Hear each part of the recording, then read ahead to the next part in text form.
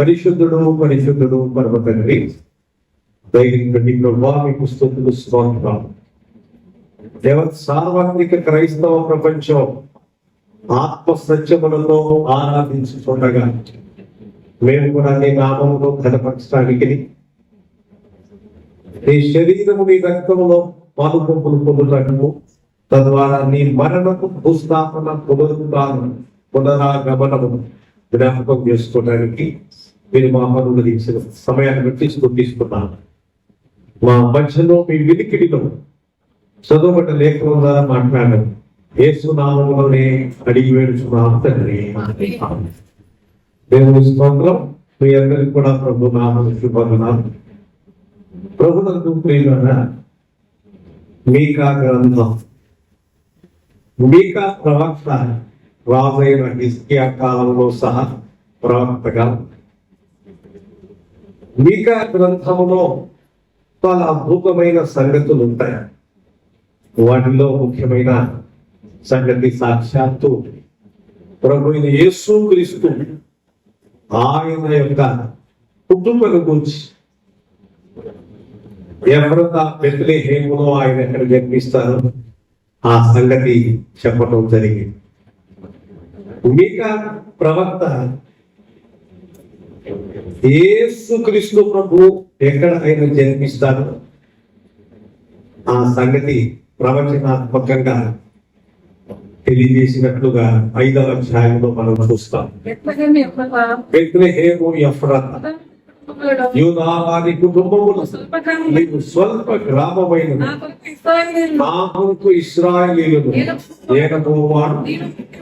కాబట్టి మీకా ప్రవక్తల గ్రంథములో మీకా ఒక అద్భుతమైనటువంటి సంగతిని ముందుగానే ఆ ప్రవక్త ద్వారా దేవుడు మాట్లాడింపజేస్తున్న సంగతి ఏంటంటే, ఆయన ఎక్కడ జన్మిస్తారు యేసు ప్రభు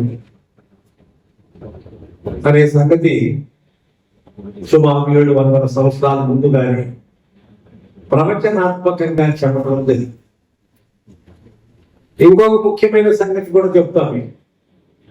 ఇదే మీకా గ్రంథంలో దేవుడు మానవుడిని ఏది అడుగుతున్నాడు అన్న మాట దగ్గర చూస్తే, మనుష్యుడు ఏది ఉత్తమమో అది నీకు తెలియజేయబడి ఉన్నాడు.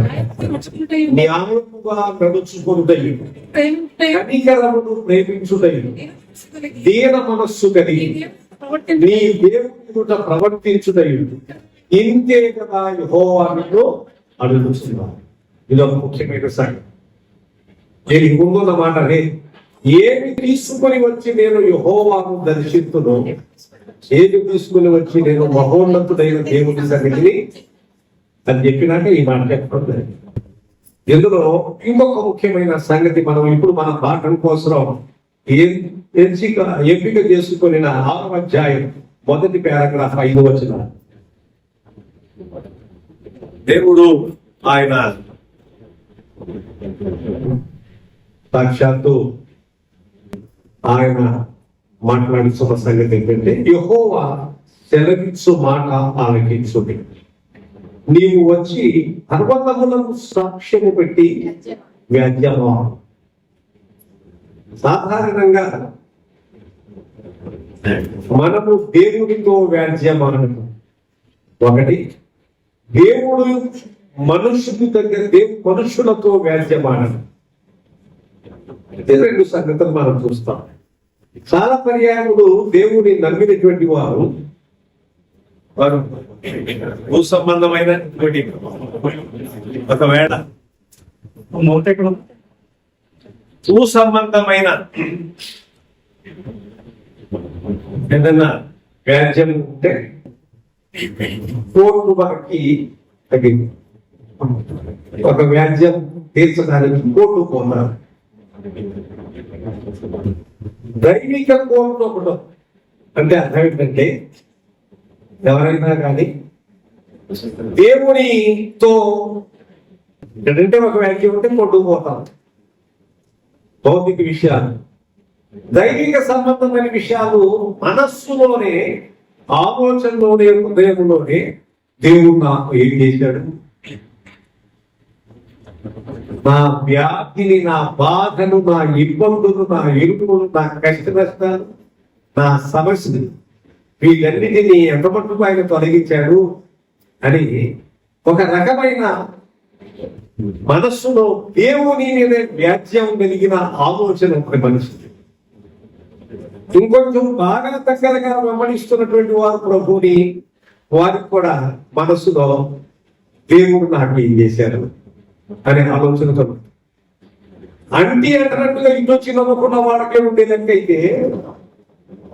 భక్తిని గురించి పట్టించుకోకుండా పైపైన పోతున్నటువంటి వారు కూడా దేవుడు నాకేం చేశారు అనే ఆలోచన కలిగి ఉంటే, దేవుణ్ణి బాగా అంటించుకుని వెంబడిస్తున్నటువంటి వారికి ఎందుకుంటే ఆలోచన ఉండవచ్చు, ఉండటం సహజం కావచ్చు.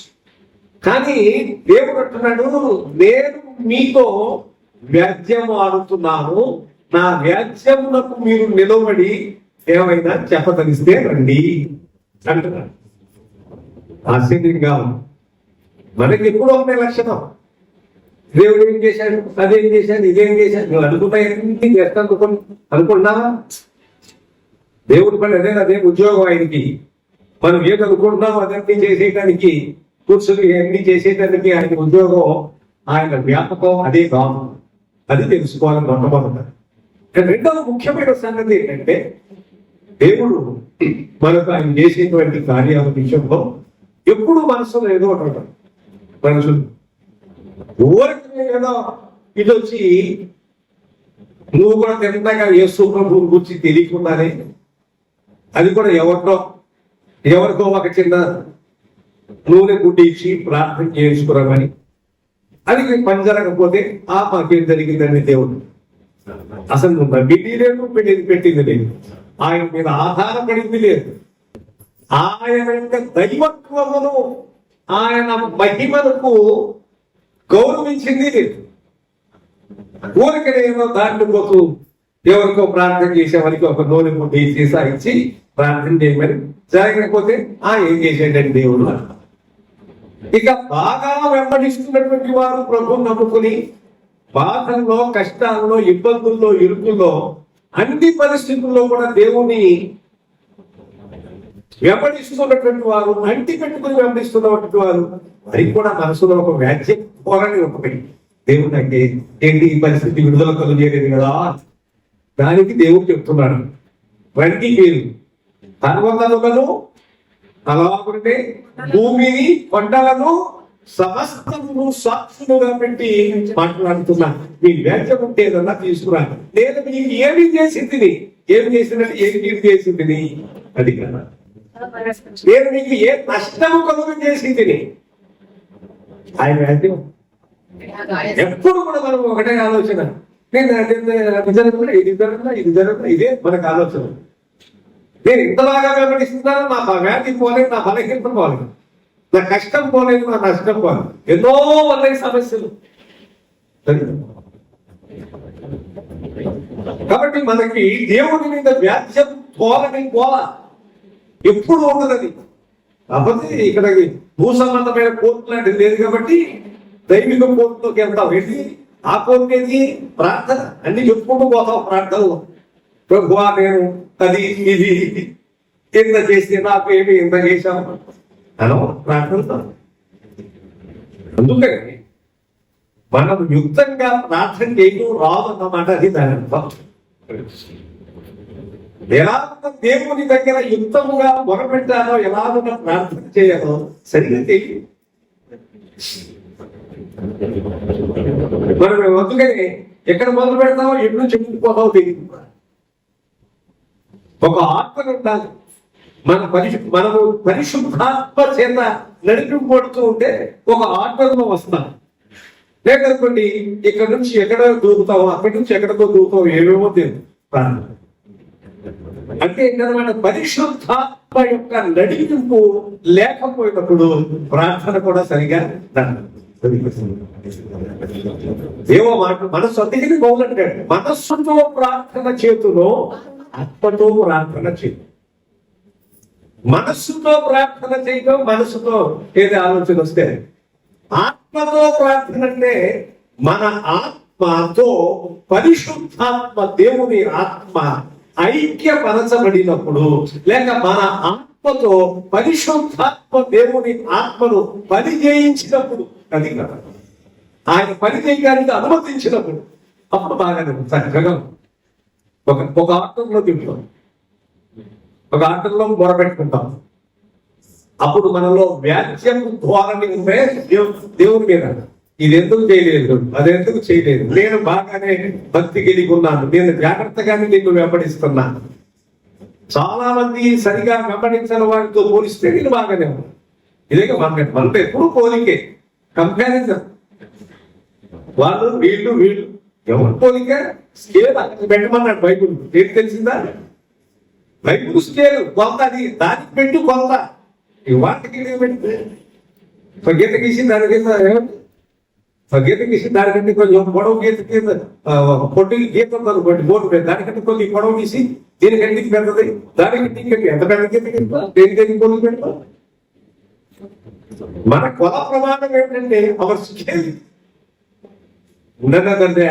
Which is the word of God, Bible. బైబులే కొల ప్రమాణం, బైబులే స్కేల్. ఇది కాకుండా తీసుకెళ్ళి ఆ మనిషికి ఈ మనిషికి పెడతాం, ఆ తీసుకొస్తాం, ఏమో తీసుకొస్తాం.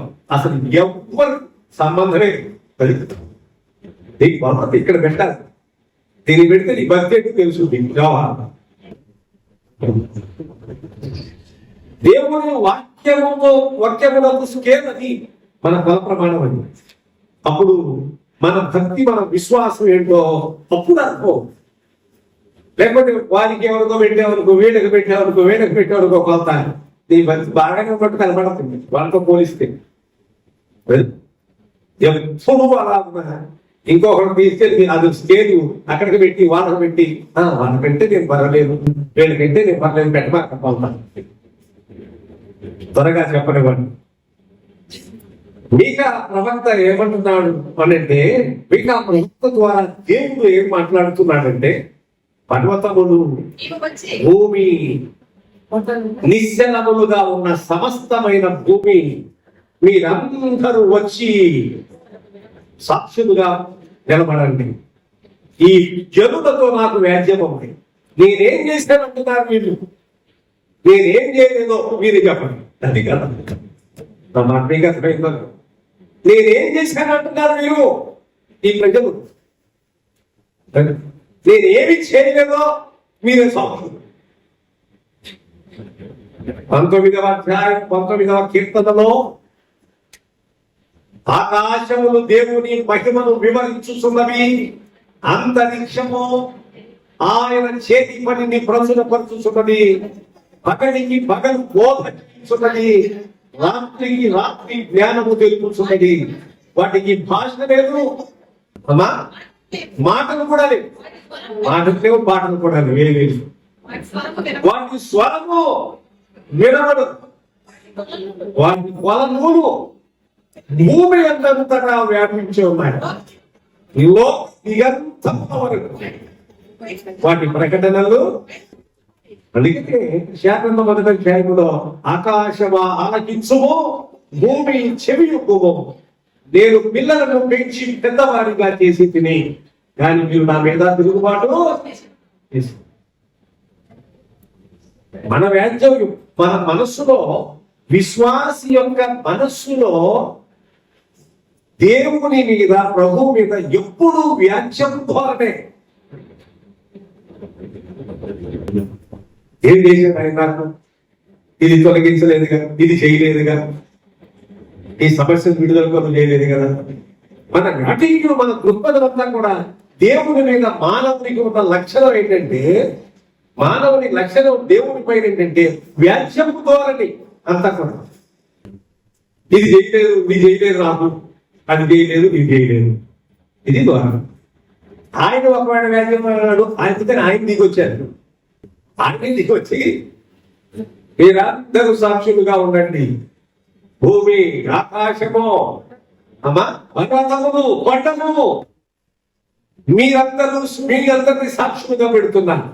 నేను వీరికి చేయకుండా ఉన్నదేంటి అది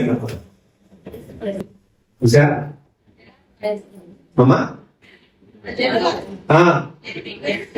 నేను మీకు ఏమి చేసింది? ఎలాగూ మిమ్మల్ని ఆయాసపరచితిని. నాతో చెప్పండి, నేను మీకేం చేశాను? ఎలాగూ మిమ్మల్ని ఆయాసపరచితిని చెప్పండి అన్నట్టు ముఖ్యమైన సంగతి చెప్తున్నారు. నేను మిమ్మల్ని ఐగుప్తు దేశంలో నుండి మిమ్మల్ని రప్పించి, అమ్మా నేను మిమ్మల్ని ఐగుప్తు దేశంలో నుండి రప్పించింది, దాస గృహములో నుండి మిమ్మల్ని విమోచించింది, మిమ్మల్ని నడిపించుటకై మోషే అహరోను మొదలగు ప్రవక్తలను ఏర్పాటు చేసింది. మీరు అనుసరించుట కొరకు ధర్మశాస్త్రము అనుగ్రహింపబడినది. నేను ఇంకా ఏం చేయండి మీకు? నేను మిమ్మల్ని దాసుల గృహం వచ్చి 130 సంవత్సరాలు అనగా 430 సంవత్సరాల దాసత్వములో నుండి నేను మిమ్మల్ని విడిపించింది. వింటున్నారా? దాసత్వంలో మీరు ఉన్నప్పుడు, లోకంలో మీరు ఉన్నప్పుడు మీకు స్వేచ్ఛని, స్వాతంత్ర్యం లేదు. నిజమైన దేవుడిని తెలుసుకోవడానికి మీకు అవకాశం కలగలేదు. నన్ను ఆరాధించడానికి మీకు అవకాశం కుదరలేదు. పనులలో కష్టపెట్టుచు దాసులుగా మడిగిపోతూ వచ్చారు 100 సంవత్సరాలు. అలాంటి మిమ్ములను నేను మిమ్ములో విడిపించాను. మన జీవితంలో కూడా చూస్తే కొన్ని 100 సంవత్సరాలు, కొన్ని తరతరాలు, చాలా తరాలుగా ఒక రకమైన దాసత్వంలో ఉన్నారు, లోకములో ఉన్నారు, పాపములో ఉన్నారు, శరీరాశలో ఉన్నారు, నేత్రాశలో ఉన్నారు, జీవకుటుంబములో ఉన్నారు. ఇలాంటి పరిస్థితుల్లో నుంచి దేవుడు మనల్ని విడిపించాడు. దాస గృహములో నుండి విడిపించాడు. నవ్వు కూర్చో. ఎవరు మంచిది? తాకూరు మంచిది. ఇవాడు తాకూరు.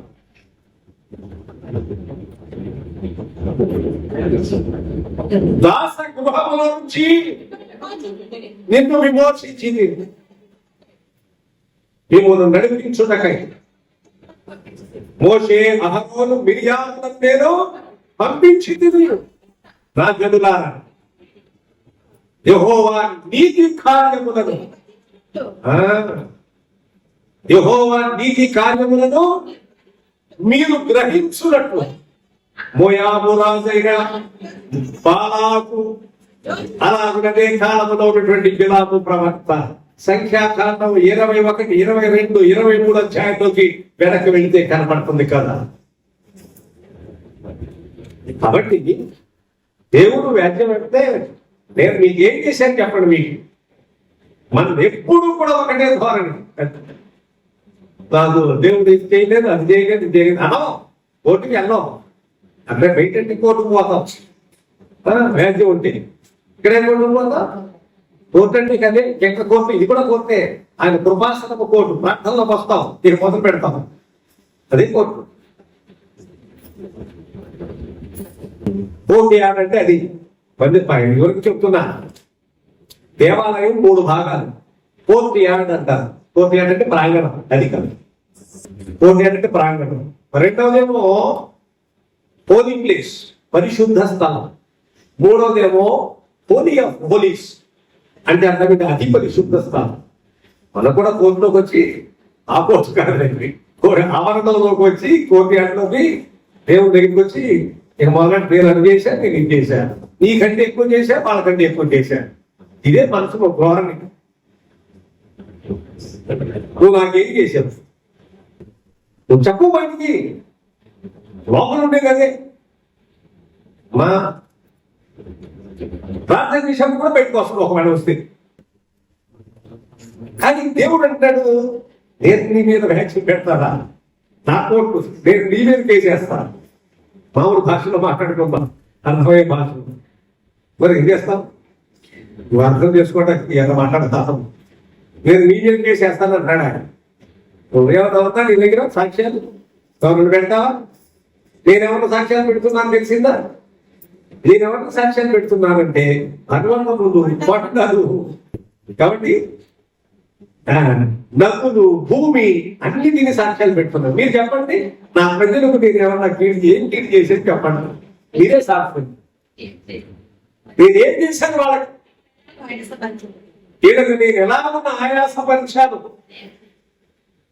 నేనేమన్నా బాధ పెట్టానా, ఆయాసపరిచానా? అది చేయండి, ఇది చేయండి, అది చేయండి, ఇబ్బంది పెట్టానా? ఎవరైనా ఏమైనా చేయదలిచినప్పుడు వారంతటా వారే స్వేచ్ఛగా స్వతంత్రంగా చేస్తారు. మనము ఏ దేవుడేమి విసిగించలా, దీనికి ఏం పెద్దగా నువ్వేం అది ఏం చేస్తున్నావు, ఇదెందుకు చేస్తున్నావు, అదెందుకు చేయకూడదని ఏం చెప్పక్కర్లా ఎవరు. మరి ఏం చేయాలో దేవుడు ప్రేరేపణ కలుగ చేయకపోతే ఎవ్వరు ఏది చేయలేదు. అది కదా, దేవుని ఆత్మ ఒక మనిషిని ప్రేరేపిస్తేనే మంచినీళ్ళైనా పక్కవాళ్ళకి ఇవ్వగలరు, లేకపోతే మంచి కూడా. ఆయన సెలవు లేక పక్కవాళ్ళ భోజనం కాదు, ఆయన సెలవు లేక అక్కడ ఒక మాట చెప్పాలి కదా. మనమే కలిపితే పెద్ద వీడియో రాదులే కానీ కలిపాడు పెట్టట్లేదు కానీ అర్థం చేసుకోవడానికి వెళ్తున్నాను, అక్కడ రాయట్లేదుగా. ఆయన సెలవు లేక నీ భోజనము చేసి నీవు సంతోషంగా ఉంటాను. నీ భోజనమే, పక్కన కాదు. ఆయన సెలవు లేక నీ భోజనం నీవే చేసిన సంతోషంగా ఉండలేదు. సెలవు లేక భోజనం చేసి, అంతే కదా, ఆయన సెలవు లేక భోజనము చేసి సంతోషించుట ఎవరికి సాధ్యము? దేవుడు సెలవు. మన భోజనం మనం తిన్నా నీకు వంట పట్టుకోవాలంటే ఆయన సెలవు ఉండాలి, ఆయన దీవెన ఉండాలి. నీ కష్టానితో ఆశీర్వదించబడాలంటే ఆయన దీవెన ఉండాలి, ఆయన ఆశీర్వాదం ఉండాలి.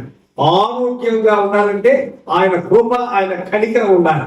నీతి సూర్యుడు మీకు ఉదయించును, ఆయన రెక్కలు మీకు ఆరోగ్యము కలుగుతుంది.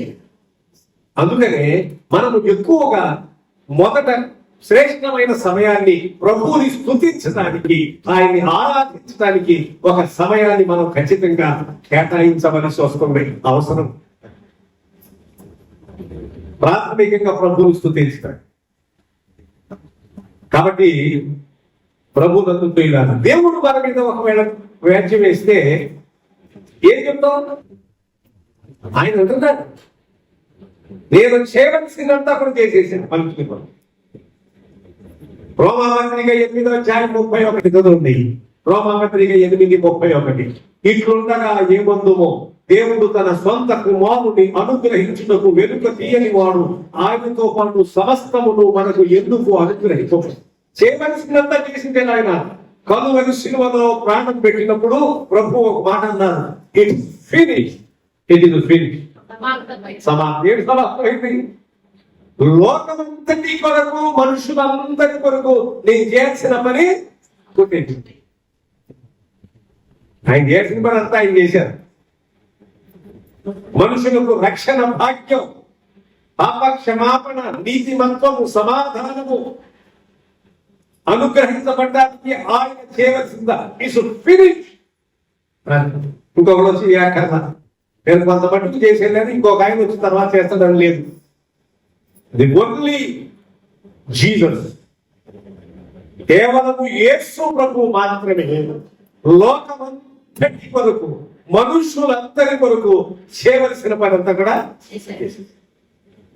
ఇప్పుడు మనం ఏం లేదు, నువ్వు జీవిస్తున్నాం, ఇబ్బందులు, కష్టాలు, బాధలు వచ్చినప్పుడు ఆయన ఆశ్రయించి అయ్యా ఆయన వాక్యం చేత ఆదరణ పొంది, ఆయన మాటల చేత ధైర్యం పొంది, పరిశుద్ధాత్మ యొక్క ఆదరణ మనం పొంది నెమ్మది కలిగి అన్ని బాధలు, కష్టాలు, ఇబ్బందులు అన్ని భరించడానికి బలహీనతలు, ఒత్తిళ్లు, సమస్యలు, నిందలు ఎన్నో ఉంటాయి. అపవాదులు 2 కొరింథీయుల 12 బహుళ చెప్పలా పెరిల్స్ అంటారు వాటి. Peril, PERILS, పెరిల్స్, PEARLS, pearls. చిన్న అక్షరమే తేడా. అది పెరిల్ అంటే ఆపదలు, పెరల్ అంటే అమ్మా ముత్యములు. పెరల్స్ అవుతారు కదా, ముత్యములు. ముత్యాలు తెలుసు, ముత్యాలు. అది పిచ్చి ముత్యాలు కాదు. అదే ఆర్టిఫిషియల్ ముత్యాలు వేరు, అసలు సముద్రంలో దానికి తయారై దానిపై వచ్చినటువంటి ముత్యములు వేరు. అవి కృత్రిమ ముత్యాలు కూడా ఉన్నాయిలే సృష్టించి, వాటికి కూడా ఒక పంటలాగా పెట్టి ఆర్టిఫిషియల్ గా కొంచెం కృత్రిమమైన ముత్యాలు కూడా తయారు చేసేవారు. రెడీకుంటాయి కదా. సముద్ర గర్భములో ఎక్కడో లోపల బాలు చిప్ అంటారు కదా, దాన్ని అది ఒక ఇలా తెలుసుకున్నప్పుడు దాంట్లో ఒక పడేటువంటి ఆ చినుకుకి అది తయారవుతుందని చెప్తానండి. అసలు ఒరిజినల్ వీటిని కృత్రిమంగా కూడా సృష్టిస్తా ఉన్నారు. దీనికి ఒక పెద్ద అదొక కల్టివేషన్ లాగా వ్యవసాయం. ఆపదలు ఆపదలు ఆపదలు ఆపదలు, ఎన్ని రకాలైనటువంటి ఆపదలు ఆపదలు ఆపదలు, అన్ని ఆపదలు చెప్పుకుంటూ పోతున్నాడు పౌరులు గారు. ఈ ఆపదలన్నిటినీ కూడా మనము భరించినట్లయితే నువ్వు పెరల్స్ అయిపోతాం. అది పెరల్ అవుతాం, కొంచెం అవుతాం. ఏమంటారు సాధారణంగా ఒక కేసు వచ్చింది అనుకోండి, ఒక మనిషి మీద, దాంట్లో నిర్దోషిని తేలేదు అనుకోండి, అందుకే అనేది అమ్మో నేను దోసుకుపోతానా, కానీ కడిగిన ముత్యం నాకు బయటకు వస్తాను. అదేంటో మరి కడిగిన ముత్యం రోజునా అదే కదా. సామెత ఎలా ఉంది, ఒక కేసు వచ్చింది, ఒక నింద వచ్చింది అనుకోండి, మరి కేసులోనికి పోయారనుకో, కోర్టుకు పోయారనుకోండి, పోయిన తర్వాత నిర్దోషి, ఏమి దోషం లేదు అని బయటకు వచ్చారు అనుకోండి, అప్పుడు ఏమంటారు? కేసు పోయేటప్పుడు కూడా దేవాగా నేను కేసు పోతున్నా, నా మీద నింద మోపారు, కడిగిన ముఖ్యముగా బయటకు వస్తాను చెప్తా ఉంటారు కదా. అది బెరిల్స్ జరగ భరిస్తే, ఆపదలు కష్టాలు ఇబ్బందులు ఇరుకులు అన్ని భరిస్తే నిజంగా నేను ముఖ్యములాగా తయారవుతాం. అది నేను మరి ఎక్కువగా క్రీస్తు పరిచారకుడు మరి విశేషంగా ప్రయాసపడితే మరి అనేక పర్యాయము చెరసాలలో ఉండి అపరిమితముగా దెబ్బలు తింటివి, అనేక పర్యాయములు ప్రాణాపాయములో ఉంటివి. యూదుల చేత 5 మార్లు ఒకటి తక్కువ 40 దెబ్బలు. ఎందుకో తెలిసిందా? వాళ్ళకి ఒక చట్టం ఉంది, 39 కొట్టాలి, 40 కొట్టకూడదు. 39లో చచ్చిపోతా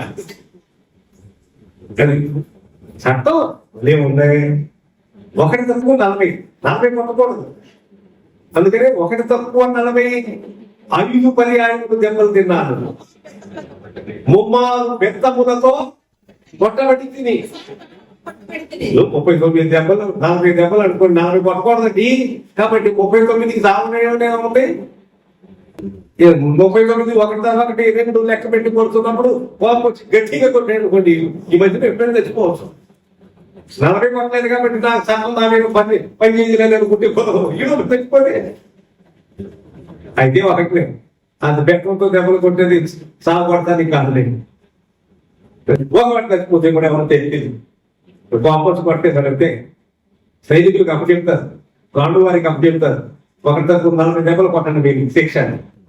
కోపం వచ్చి వేసాడు అనుకోండి గట్టిగా, 39 దాకా ఎందుకు 29కే తెచ్చుకోవచ్చు. అదే కదా చట్టవాడి యువకుల చట్టవాడి. ఒకటి తక్కువ 40 దెబ్బలు ఎన్నిసార్లు? 5 పర్యాయం.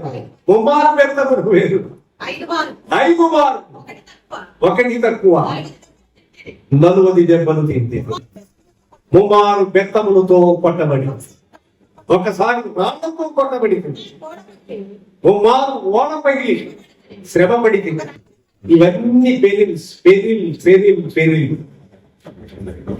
నోరు తిరగకపోతే మాట్లాడకూడదు. తినాలని మాట్లాడు అవడానికి పెట్టి అవడానికి పెడతాం. ఇదివరకు రోజుల్లో పాపం పల్లెటూరులో ఉండేవాళ్ళంగా డ్యాన్స్ అంటే మనకి డ్యాన్స్ అంటే డ్యాన్సే లెక్క డిఏఎన్సిఈ డ్యాన్స్. పల్లెటూరులో పుట్టి మనం తెలియదు కదా, కొంచెం మోటుగా ఉన్నవాళ్ళు డ్యాన్స్ అంటున్నారని కొంచెం చదువుకోండి. డ్యాన్స్ దానికి ఏంటంటే డ్యాన్స్ అది అసలు తప్పే డ్యాన్స్ దేనికి తగ్గుతాం. దీర్ఘాలు అవన్నీ డ్యాన్స్ కాదు, డ్యాన్సే. అట్లాగే పేరెంట్స్ పేరెంట్స్ మంచి మాట, పేరెంట్స్ అంటే ఎక్కువ వచ్చి మాట దేనికైతే మాట్లాడతారు తెలవకుండా అనుకోండి, దేనికైతే నీ కూడా మాట్లాడాలి. ఆపదలు ఆపదలు ఆపదలు ఆపదలు అనేక పర్యాయము అమ్మా ప్రయాణంలో అనేక ఆపదల్లో చిపోయా నేను. అది త్వరగా చెప్పనివ్వండి. ప్రభు వ్యాఖ్య మాట్లాడు. పర్వతములు కొండలు భూమి నేను సాక్షులుగా పెట్టుచున్నా. బ్రహ్మనండి నేనేం చేశాను మీకు, అది నేను ఏమి కీడు చేశాను మీకు, ఎక్కడ ఆయాసపరిచాను మీకు, మీరే ఆయాసపడ్డారు. యెషయా చదువుతున్నా, నేను మిమ్మల్ని విసిగించలా, మీరే నన్ను విసిగించారు, మీరే నన్ను ఆయాసపరిచారు. బరులు తెమ్మలేదు, నైవేద్యములు తెమ్మలేదు, ఏమీ తెమ్మను, మీరే మీ అంతటా మీరే నన్ను ఆయాసపరిచారు. మీ ప్రవర్తన బట్టి ఆయాసపరిచారు. పంపించదు ఏదైనా మిమ్మల్ని ఆయాసపరిచారు. దేవుడు ఎవరిని ఆయాసపరచాల, బాధ పెట్టాల. మనమే ఏదో నడలేక ఈడ్చుకుంటూ పోయినట్టు ప్రయాణం. అమ్మో బాగలేకపోతున్నారండి బండి అన్నట్టు విశ్వాసాన్ని ఏంటో బాగేసినట్టు. నా నిమిత్తము సువాసన గల లవంగపు చెక్కను రోకలించి నీవు కొనలేదు. అమ్మా నీ బలి పశువుల ప్రభు చేత నన్ను తృప్తి పరచలేదు, సరే కదా. అమ్మా నీ పాపముల చేత, నీ పాపముల చేత నన్ను విసిగించింది, నీ దోషముల చేత, నీ పాపముల చేత నన్ను విసిగించావు, నీ దోషముల చేత నన్ను ఆయాసపరిచాను. నేనే నిన్ను చేయను. బైబిల్లో ఉన్న దేవుడి దగ్గరకు వచ్చిన తర్వాత ఎవరు కూడా ఇదిగో ప్రభువా నీవు నన్ను విసిగించావు ఒకవేళ మాటలు తోటి విశ్వాసం విసిగిస్తే విసిగించవచ్చు. పాస్టర్ గారు కూడా విసిగిస్తే విసిగించడానికి ఛాన్స్ ఉంది, లేకుండా పోదా. అది కూడా చెప్తున్నా. తోటి విశ్వాసం ఉందని చూశారు, నిన్ను ముందుకు పోలేవు, వెనక్కి రాలేవాడు, అడ్డం పెడతారు, వాళ్ళు కింద పడతాం, వాళ్ళు పోయేది లేదు. అది ఓ గలతీయుల మీరు బాగా పరిగెత్తుతున్నారు, ఎవడు మీకు అలాంటి పెట్టాడు అని చెప్పాలి. అది కదా హార్డింగ్స్ ఉన్నాయి. పరిగెత్తున్నప్పుడు ఎగిరి అవడం దోకాలి, అది హార్డింగ్స్. నువ్వు బాగా నడుస్తున్నారు, మీరు ఎవరు మిమ్మల్ని భ్రమపరిచారు?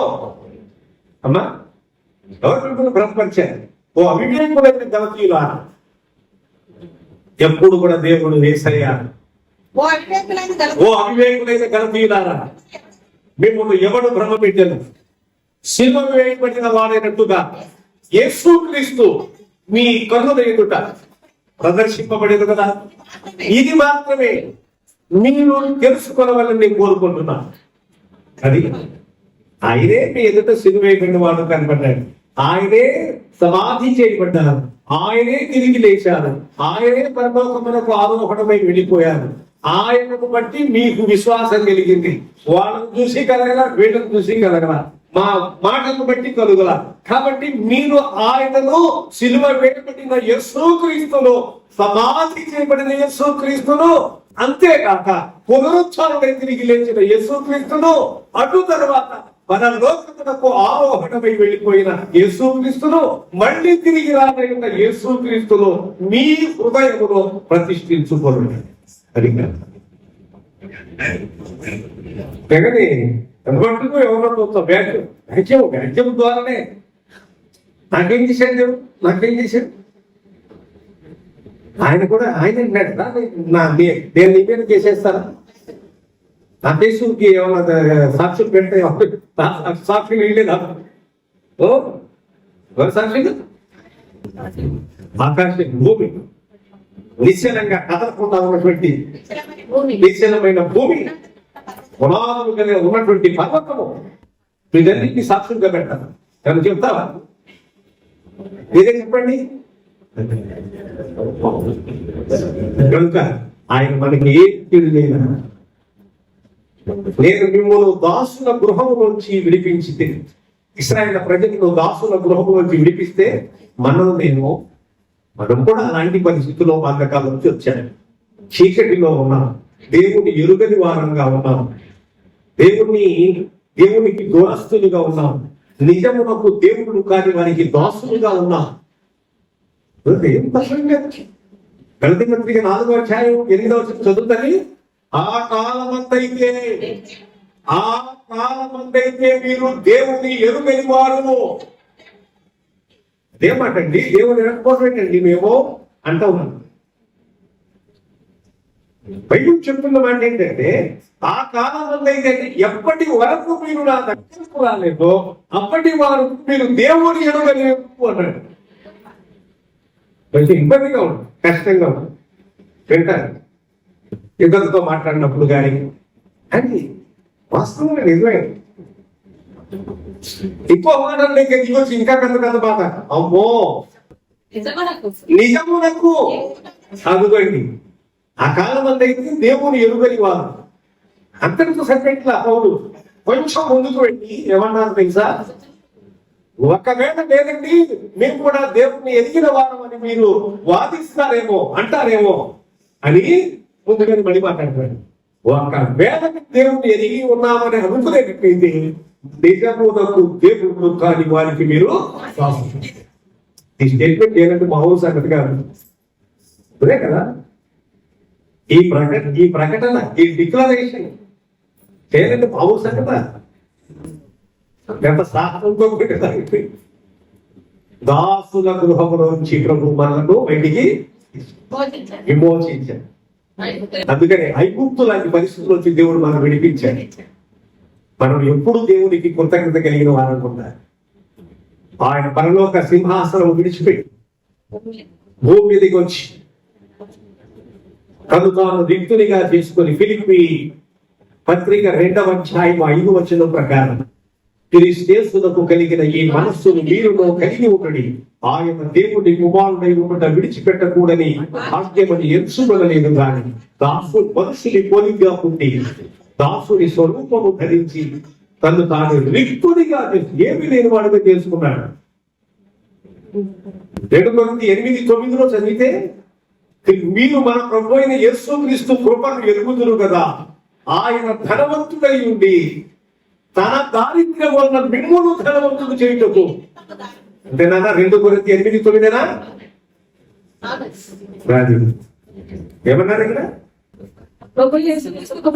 మీకు ప్రభు యేసుక్రీస్తు కృపను ఎరుగుదురు కదా. ఏమిటా కృప? మిగతా తెలియదా? మా దేవుడు రిచ్చుకో బుద్ధి దేవుడు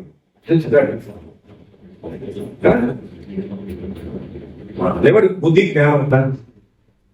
రిచ్గా ఉంటా. బైబిల్ ఏం చెప్తుందో తెలిసిందా? మా దేవుడు దీనత్వం కలిగి వచ్చాడని నేను చెప్పట్లా. మా దేవుడు అంటలా అందరిని విమోచించడానికి దేవుడు అంటున్నా. గుర్తుపెట్టు. ప్రోగ్రామ్ కూడా లైవ్ వెళ్తాం, రికార్డ్ అవుతుంది. మా దేవుడు తను తాను నిత్యునిగా తీసుకొచ్చాడని చెప్పట్లా నేను. అందరి దేవుడు అందరి కొరకు అది తను తానే నిత్యునిగా ఏది లేని వాడుగా దరిద్రుడుగా వచ్చాడని బైబిల్ చెప్తుంది. ఆ దేవుడు రీచెక్కడే కదా. తీసిదాన పిచ్చి మాటలు, జ్ఞానం లేని మాటలు. ఆయన తన దారిద్ర్యము వలన మన దరిద్రం పోగొట్టడానికి వచ్చాడు. ఆయన దరిద్రం చుట్టుకోను. ఎంత దరిద్రం? ఆర్థిక దరిద్రం కాదు, డబ్బుండొచ్చు అన్నాడు. ఇంకో దరిద్రం చుట్టుకోను. దైవ రాహిత్యం అనే దరిద్రం. దేవుడు లేకుండా పోవడం, దేవుడు భయం లేకుండా పోవడం, పాపము గూర్చిన ఆలోచన లేకుండా పోవడం, మన లోకం పోవడానికి గూర్చిన ఆలోచన లేకుండా పోవడం, సమాధానం లేకుండా పోవడం, పాప క్షమాపణ అనుగ్రహపడుతున్న సంగతి తెలియకుండా పోవడం. ముందు చూశారు, అది దైవ రాహిత్యముతో కూడిన దరిద్రం.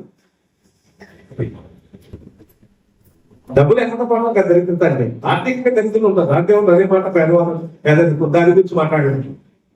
అయినా ఒక మాట చెప్పలేవాడు, మన ప్రభుత్వం దరిద్రత అంతా పోయిందా? అందరూ ధనవంతులు అయిపోయారా? అవలేదే. దానికోసం మాట్లాడట్లా, బైబుల్ చెప్పట్లా, మనం కూడా మాట్లాడట్లా. ఒక దరిద్రం పోయింది, ఇలా పోయిన తర్వాత ఆ దరిద్రం పోయింది అంటే అప్పుడు ఒక దరిద్రం పోయింది.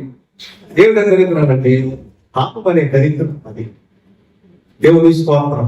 ప్రభు మనల్ని క్షమించాడు ఆయన రక్తము చేత. ఆ దరిద్రం పోయింది. ఇప్పుడు ఎవరి పాపములు క్షమింపబడునో వాడు ధన్యుడు, ఆత్మలో కష్టము లేని వాడు ధన్యుడు, యెహోవా చేత నిర్దోషిని ఎంచబడిన వాడు వారి ధన్యులు. వారెంతో ధన్యులు, వారి ధన్యులు, వారెంతో ధన్యులు, ధన్యమో ఎంతో ధన్యమో యేసయ్యను నా జీవితము, యేసయ్యను నా జీవితము. ఎవరి అతిక్రమములో పరిహరింపబడేనో, ఎవరి అతిక్రమములో పరిహరింపబడేనో, ఎవరి పాపములో మన్నింపబడేనో, ఎవరి పాపములో మన్నింపబడేనో, వారే ధన్యులు, వారెంతో ధన్యులు, వారే ధన్యులు.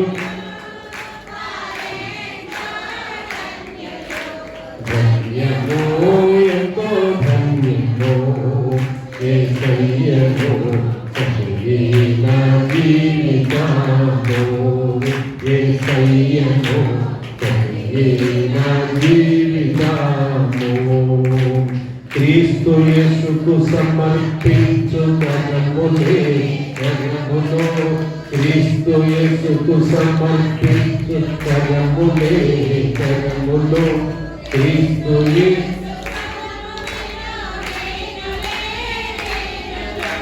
క్రీస్తు యేసు స్వరము విను వినులే వినులు, వారే ధన్యులు, వారెంతో ధన్యులు, వారే ధన్యులు, వారెంతో ధన్యులు, ధన్యమో ఎంతో ధన్యమో యేసయ్యను నా జీవితము, యేసయ్యను నా జీవితము.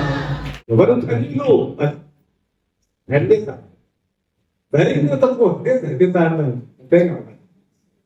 ఏం దరిద్రం పోయింది వాడికి? పాపం అనే దరిద్రం ఉంది. ఇప్పటితో చూసాము ఆ దరిద్రం పోయింది. యేసయ్య రక్తము చెప్పండి కింద యేసు క్రీస్తు ప్రభు యొక్క రక్తములో ఉంది. ఆయన ఎందుకు విశ్వాసం ఉంచడం ద్వారా పాపం అనే దారిద్ర్యం ఉంది చూశారు. దరిద్రం ఒదిగిపోయింది. ఆర్థికంగా దరిద్రత ఉండలే, ఇబ్బందులు ఉన్నాయి, కష్టాలు ఉన్నాయి, చెప్తానే మనకెందుకు కూడా అసలు అన్నిటికంటే సమస్యాత్మకమైనటువంటి దరిద్రత చూశారు. అదే పోయింది. యేసయ్య ద్వారా దేవుని స్తోత్రం. అది పోతే చాలు. ఆ దరిద్రత పోతే పరలోక ధనమును సంపాదించుకునే మార్గంలో ఉన్నామని కాదు. ఒక్కొక్క నాయి రాళ్ళు వెనకేసుకున్నావా? ఒక ఆయన అడుగుతున్నాడు. వెనకాల ఉన్నాయి రాళ్ళు, ఇటు పక్క ఉన్నాయి, ఇటు పక్క ఉన్నాయి అన్నాడు. అవతల అయిందావా ఇంజనీరింగ్ చేయించాను. ఒక ఆయన అడుగుతున్నాడు, ఏమన్నా 4 రాళ్ళు వెనకేసుకున్నావా అని. వేసుకుంటాను. వెనకేసుకోవాలా? ఇటువైపు ఎడవైపున కుడివైపు 2 వైపు కూడా ఉన్నాయి. ఇల్లు వచ్చాయి టేస్ట్. ఆ రాళ్ళు అది ఈ రాళ్ళు ఇంకా ఈ రాళ్ళు కూడా కాదు. పరలోక రాజ్యములో ధనం సమకూర్చుకున్నాడు. కలిగ అదే యేసయ్యను అంగీకరించిన తర్వాత ఒక ఆర్థిక సంబంధమైన దరిద్రత పోకపోవచ్చు. ఏమో అది ఉంటాయి, మనకి ఇబ్బందులు ఉంటాయి, ఎన్నో కష్టాలు, ఎన్నో ఇబ్బందులు ఉంటాయి. ఒక దరిద్రత, దైవ రాహిత్యం అనే దరిద్రత పోయింది, పాపం అనే దారిద్ర్యం పోయింది, దాసత్వం అనే దారిద్ర్యం పోయింది. నేను దాస గృహం నుంచి మిమ్మల్ని తీసుకుని వచ్చాను. మీకు మోషేని ఆ రోజు ఏర్పాటు చేశాను, ధర్మశాస్త్రముని ఇచ్చాను, నేను మిమ్మల్ని స్వతంత్రులుగా చేశాను. నేను మిమ్మల్ని ఏ విధంగా నేను మిమ్మల్ని బాధ పెట్టాను, విసిగించాను చెప్పండి. చేశాను మీ మీదకి అన్నాడు దేవుడు. ఎంత అద్భుతమైన సంగతి. వాక్యం అర్థం చేసుకో. మనం ఎప్పుడు కూడా ఒకటే ద్వారకి ఏంటో దానికి నేను భక్తి కలిగినాను, నాకు ఇది జరగలేదు, అది జరగలేదు, వ్యాజ్యం చేసి దేవుని మీద వ్యాజ్యమే. నేను ఎంతకాలమైంది నమ్ముకున్నా. ఇటు వచ్చినోడి ప్రాంతం ఆర్పిస్తున్నాం. ఎవరండి అటు వచ్చినోడు ఎవరు, ఇటు వచ్చినోడు ఎవరు మరి అదే కదా. ఇటు వచ్చినా అటు వచ్చినా తిన్నగా ఆయన బాధ దగ్గరికి వస్తే అందరినీ చేర్చుకుంటాడు. నేను చాలా కాలంగా నేను వెంబడిస్తున్నా, నా సమస్య తీరలేదు. ఇటు వచ్చిన వారికి సమస్యను తీరుస్తున్నా అంటావా దేవుని దగ్గర? ఎవరెవరి సమస్యను ఎప్పుడు తీర్చాలో God has his own time and mean time. దేవునికి తన సొంత సమయం ఉంది, తన చిత్తమైన సమయం ఉంది. కానీ అందరికీ కృప చూపిస్తాడు. ఎప్పుడు ఎవరికి అన్యాయం చేసేవాడు అది గుర్తుపెట్టుకుని ఆయన స్తుతించాలి. ఆయన మన మీదకి వేసేస్తే ఎవరు సాక్షులు పెడతాం? ఆయన ప్రకృతిని సాక్షులుగా పెట్టారు. ఇంకెవరు సాక్షులు తీసుకెళ్తాం? చెప్పండి. పక్క తీసుకెళ్తా, పక్క తీసుకెళ్తే తెలియకపోతే వాళ్ళు సరిగ్గా సాక్షి చెప్పండి. నీవేనా అభ్యాసం సరిగ్గా ప్రార్థన చేయనండి, ఊరికనే అని చెప్తారు. తీసుకెళ్ళావు లేకపోతే ఈ సంగతి పక్క చెప్తారు సార్. అర్థమైందా? ఆయన ఎందుకని చెప్పడానికి ఎందుకు కొండలని పర్వతాలని భూమిని సాక్షులుగా పెట్టుచున్నాం. ఆయన ఏం చేస్తే అలా నిలబడతారా? నేనేం చేశాను, మీకు ఏం కీడు చేశాను, నాలో ఏమి పొరపాటు ఉందని మీరు వెనక్కి వెళ్ళిపోయారు, నాలో ఏం పొరపాటు ఉందని మీరు సడుపుతున్నారు అంటున్నాడు దేవుడు. ఎంత చక్కటి మాట. మన దగ్గర ఏమి జవాబు లేదు, ఏమి జవాబు లేదు, ఒక్కటే జవాబు. ప్రభువా, తప్పు అవగాహన కలిగి ఉన్నాము ఈ గురించి అని చెప్పని ఆయనకి విధేయత కలిగి లోబడి దీనంతో కలిగి ఆయన పాదాల దగ్గర పడటం తప్ప వేరే పనే లేదు, వేరే ఆయుధం ఏం లేదు మన దగ్గర, వేరే ఉపకరణం లేదు. ఆయన దగ్గరికి వెళ్ళి ప్రభువా అవునా దాస గృహములోంచి, లోకములోంచి, పాపములోంచి విడిపించాము, జీవితాంతం కూడా నీ కృపకు పాత్రులుగా యోగ్యులుగా చేయబడి జీవించే భాగ్యం దయచేయి అని చెప్పుకుంటూ బతకడమే ఈ బాధల కష్టాలని. ప్రభు త్వరగా రానయ్య ఉన్నారు, మనం కూడా ఏమో తెలియదు. ఆయన వచ్చే వరకు మనం జీవించినంత వరకు ఆయన వరకు సాక్షులుగా నిలిచి ఆయన బయటపరచుదుము కాక.